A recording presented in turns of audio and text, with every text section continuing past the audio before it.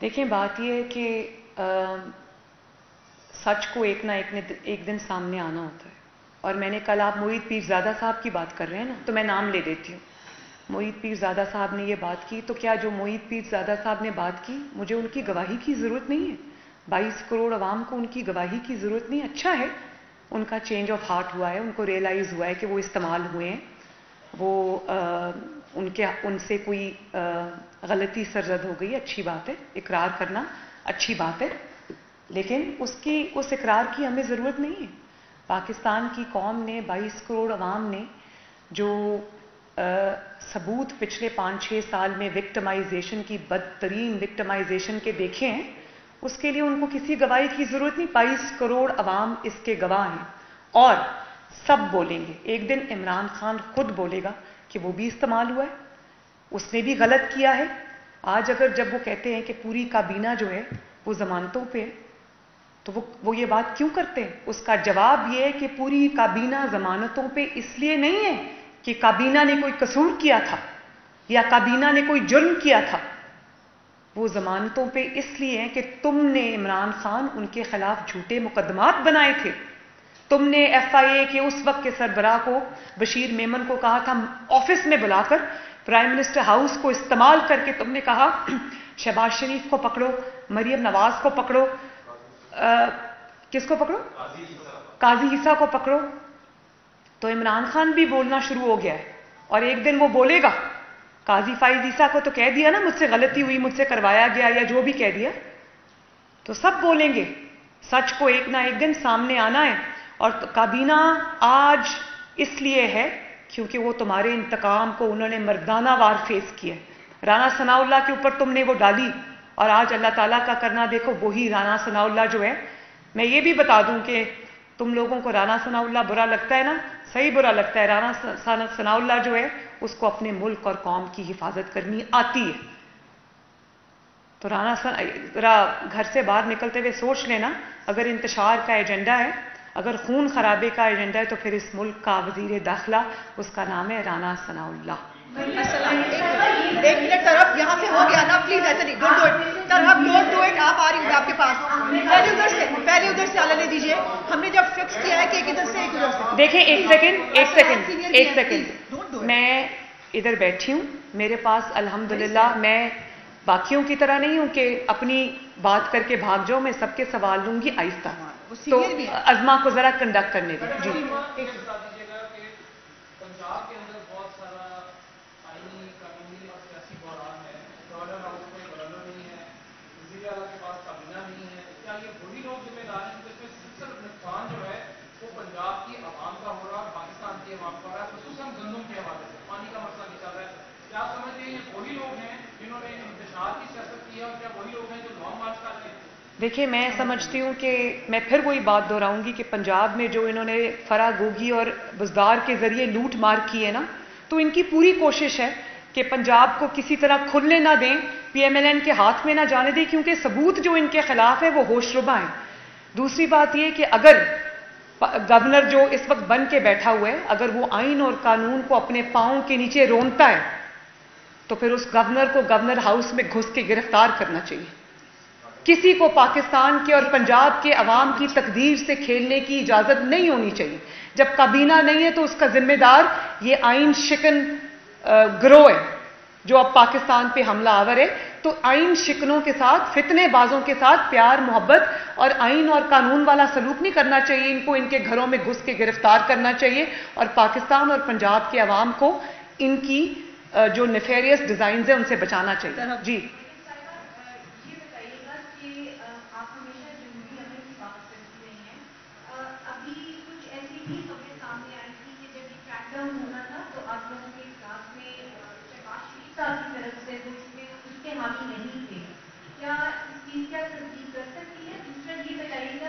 ایک سوال پہلے، ایک سوال.